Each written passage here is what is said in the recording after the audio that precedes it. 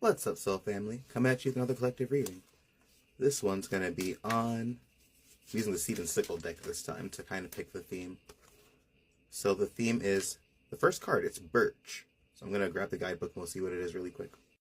So this reading is going to be about a new beginning, and it's a very important note to make sure that you rely on family, friends, and whatever support you have for this new beginning. So that being said, if you're interested in a one-on-one reading, you can do so by directly messaging me or with the link in my bio. I'm doing $20 readings up until September 29th. So basically a standard 20-minute reading will be $20. That being said, let's jump right in. So during the reading, if you have any, you can ask whatever questions you want, or I can simply pull and do a general reading and see what comes out. But let's see what this new beginning is entailing and how we're going to handle it. So the first card we have is the Empress of Katara. So lately the Empress has been like my favorite card because I think this physical realm can be very difficult to navigate through sometimes. And I believe that self-care is one of the strongest things that we can do in order to pour into ourselves and become better. Like, yeah, there's the energy of hard work and discipline, but there's also the energy of valuing yourself, putting time and energy and effort into yourself, really, taking time to make sure that you feel okay, that you look okay to the best of your ability, because we all have our days, we all have our weeks, we all have our months, even and years even, but doing what we can to simply show ourselves that we love ourselves. And that can be something as simple as taking time to watch your favorite show and making sure that you're enjoying it, eating something that you really love, just little things in general that can really help us take care of ourselves. And especially if we're going through the transition of a new beginning, I think one of the most important things we can do during these transitions is do that. When we think about the Empress energy, it's like, yeah, you're birthing things into creation, but when you birth things into creation, it's something that you also take care of. You don't want to, whatever you are creating, whatever you're producing, kind of just like toss it into the world and like, good luck, buddy. It's like you want to nurture that creation. You want to make sure that piece by piece, whatever you are putting out into the world is something that is of value. So as you transition to this new era of your life, I think it's important to make sure that you are being mindful of taking care of not only yourself, but whatever you are trying to create. And maybe that's a little bit contradictory to what you might have been doing. Maybe you're used to having to grind or work harder or having to do a lot more than normal in order to bring in that abundance. But let's see what else is going on as far as like this new beginning, get a little bit more in depth. So we have the Two of Wands and Seven of Cups. So it looks like you are still in the phase in which you're still kind of having to consider and like plan like what you want. I think you have so many options, and I think it's important to rely on, or not rely on your options, but to consider that you aren't limited by what you want to bring in. When we are visualizing, sometimes we tend to maybe get a little bit narrow or like constricted in whatever path we're trying to take, when in reality, sometimes we should probably be open to considering that maybe we can consider this, consider that, and all these different things. And reality, what also does is it also feeds us little inklings of things that we can probably incorporate in whatever we're trying to manifest. So as you are considering whatever you're trying to do, say you're trying to move, reality might start showing you different apartments, or it might start showing you different like decor or little things in general. It's important to not be rigid and keep your mind open to the possibilities that reality might be trying to show you as you are traversing it.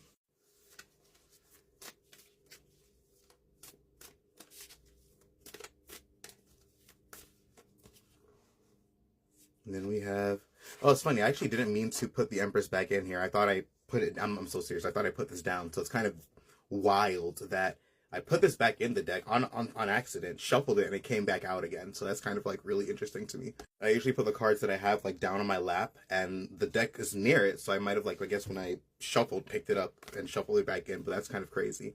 So I'm going to guess that self-care is vital, especially with the moon energy. The moon energy is like a lot of times things that we tend to neglect, or things that like are deep within our subconscious that might not be paid attention to a lot of times. So it could be that maybe we're really being called to, and that could be one of the things that we need to do, is really pour into ourselves and really be mindful of how we're feeling, what we're doing to make sure that we're feeling okay, and we're not just forcing ourselves to go past the point of being burned out just for the sake of whatever we're trying to bring in.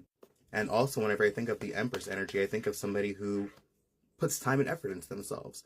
Like, over time, I can definitely say, like, I've started doing, like, lots of different things, like making sure my hair is okay, doing skin, like having my earrings on, like making sure that I'm wearing things that I like, even jewelry. Like, over time, like, I think it's so important that we buy and we, I want to say buy, I feel like that's the worst word to use, but we acquire or do. The best way I can kind of explain it, because I don't want to come across as materialistic, but I think that if reality is a physical manifestation of our consciousness to a certain degree, right? Then there are things that we tend to fall in love with, things that we like, things that we even see other people might be wearing or doing or experiencing that we might want to do ourselves. So I think it's really important to allow ourselves that opportunity to experience and do those things, even if it might seem trivial. So over time, it's like being able to really pour into myself. It's like it makes me feel better. Like when I'm feeling like crap and I wake up, it's like being able to really just dress and actually at least feel good in the way that I'm presenting myself is something that I think the Empress energy does represent. And I think it's a very vital component of allowing reality to reflect back things that are reflective of how you are feeling. And reality will always give you what you need. It's never unconditional. I mean, it's never conditional about its support. But I think when we are allowing ourselves to align both internally, I think when we look good, we feel good. I think that's a statement for a reason many times. And not everybody has to do this. Everybody pours into themselves in different ways, and they allow themselves to feel good in different ways. But if you are somebody who is not used to putting that time and effort into the self-care and pouring into yourself, then you'd be surprised like how much that can shift within your experience. That's why so many people, I feel like it's such an interesting thing when we look at feminine energy and how it's represented in today's society. Because so many men will be like, oh, why should I have to pay for a woman this? Why should I have to pay for a woman that? It's so much, it's like many times women end up getting the husband that takes care of them and this and that because it's like they pour into themselves internally. They have such a high value internally that it reflects back outward with, you know, their lovers and, you know, the experiences that then present as well. So it's like sometimes we may not necessarily see the value of how we are experiencing things, but when we really allow ourselves to pour into ourselves, it really does reflect back in how other people take care of us. Like if we don't allow ourselves to tolerate bullshit, then other people aren't going to, people won't do bullshit to you. Like one of my favorite Nicki Minaj quotes is like, oh, I forgot the exact thing, but she's like, had I accepted the pickles, then I'd be selling pickle juice right now. And it was in the context of people trying to essentially do things that are kind of disrespectful to the brand or who she's trying to, or who she is and who she's becoming, and having to draw boundaries around that energy to allow yourself to accept better. So it's like the more you continue to embody the energy of an empress, the better I think you allow experiences to flow into your experience that are reflective of that. Like you don't have to, you start not to tolerate things and things get to come to you better that are reflective of who you are embodying at that point. And I really think, again, people can be down on their luck. You can see somebody who is maybe even in their worst state, you know, not dressed up, you know, maybe even like not maybe smelling the best or whatever else. I'm not saying that those people do not have an infinite amount of value. And I'm not saying that it is not, I'm not saying that anybody who does this has any, I'm not trying to like rank humans in the form of value. What I'm saying is the way that you feel about yourself allows you to have experiences that are many times reflective of that to a certain degree. And I think it's interesting to note that like as like say people who have more severe mental health issues and they are maybe deteriorating from the mental part of their being, it almost reflects outward in how they present themselves. You know, some people stop brushing their teeth, they stop, you know, taking showers, they stop going out. It's like there's so many different parts of how our mental and our mind starts to reflect back into reality that I don't think we're always aware of. And again, right, we don't have absolute control over every facet of what we experience in this physical realm.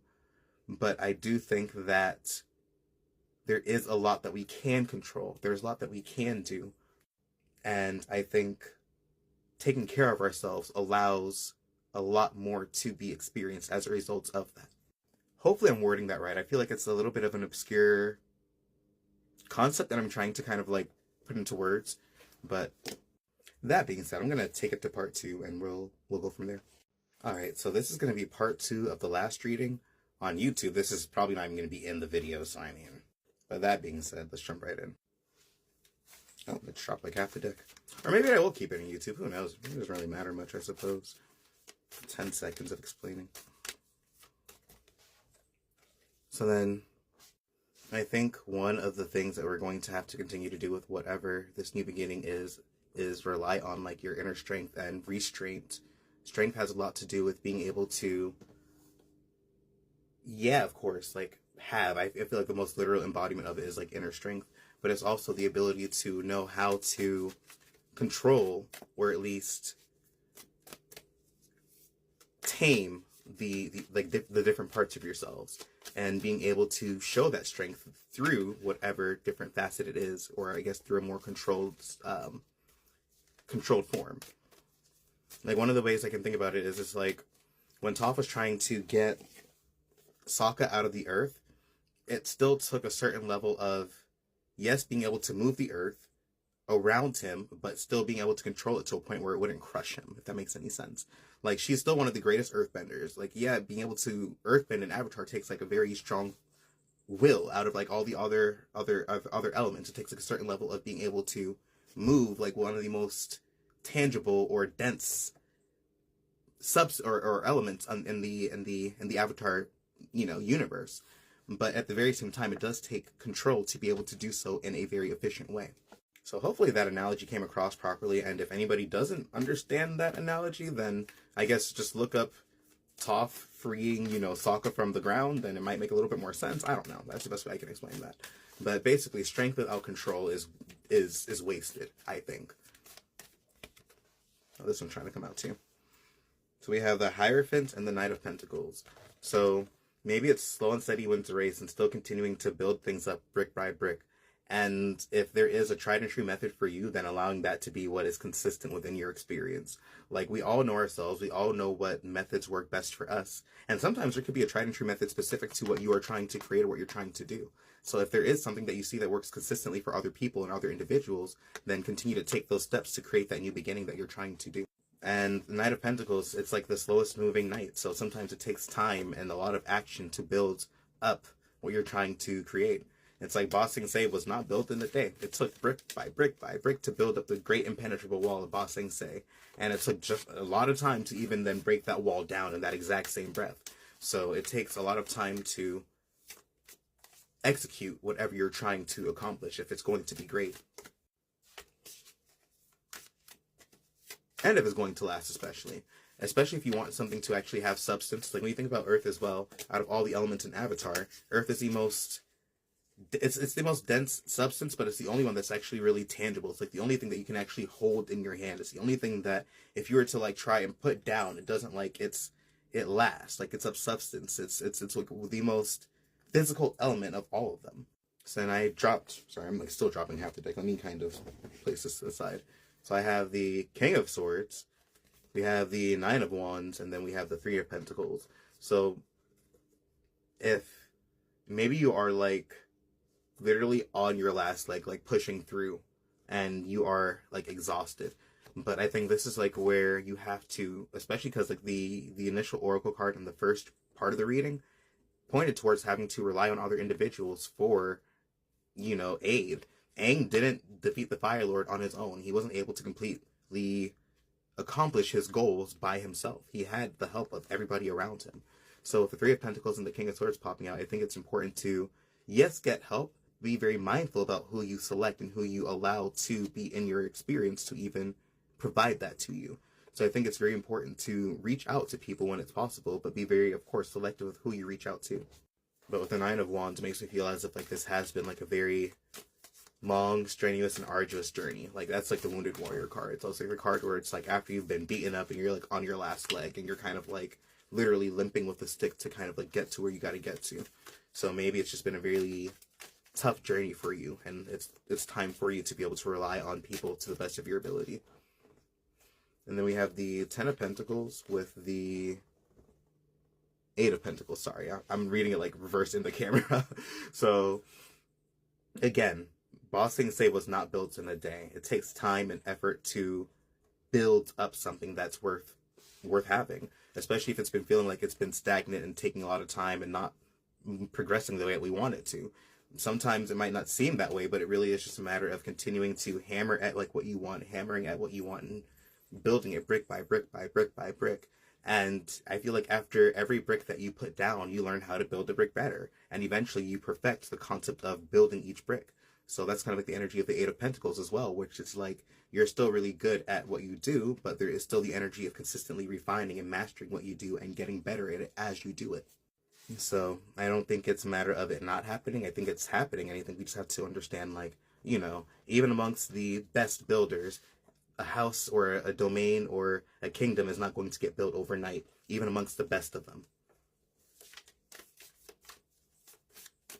So I'll pull like one more card and we'll look at the bottom of the deck. So we have the World card and the Hermit. So this is the energy of completion, fulfillment, contentment, and then trusting your path, trusting your light, trusting your vision.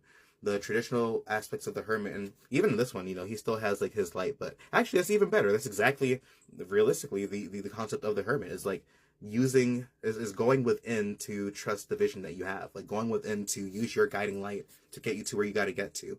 So it's like you are headed to where you need to. It's just a matter of trusting yourself. Like, and that's also the energy of the Empress too, to a certain degree. It's like, because the Empress energy is very feminine. Feminine energy is very intuitive. It's very sensing. It's really in tune with oneself. So it even goes back, it's like we finished at the close, where it's like the energy of going within oneself, trusting yourself, trusting what you feel, trusting what you're being guided to and called towards to get to this state of, and this energy of completion.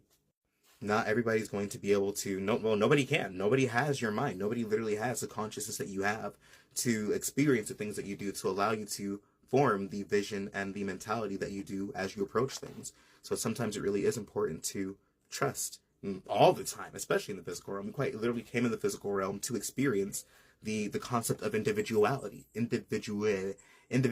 So we are able to have these individual perspectives and visions and goals that we work towards. So just as much as it is important to work with other individuals, it's still so much more important to trust yourself and trust your mentality as to how you're going to get to that. And not just that you got to be toxic. If your mentality is to be a piece of shit to people, then, I mean, you probably got to change that. But, I mean, for the most part, if you're operating out of honest and authentic values, for the most part, like, things do line up for you. It's just a matter of time. So that being said, peace and blessings, and I'll catch you guys in the next reading.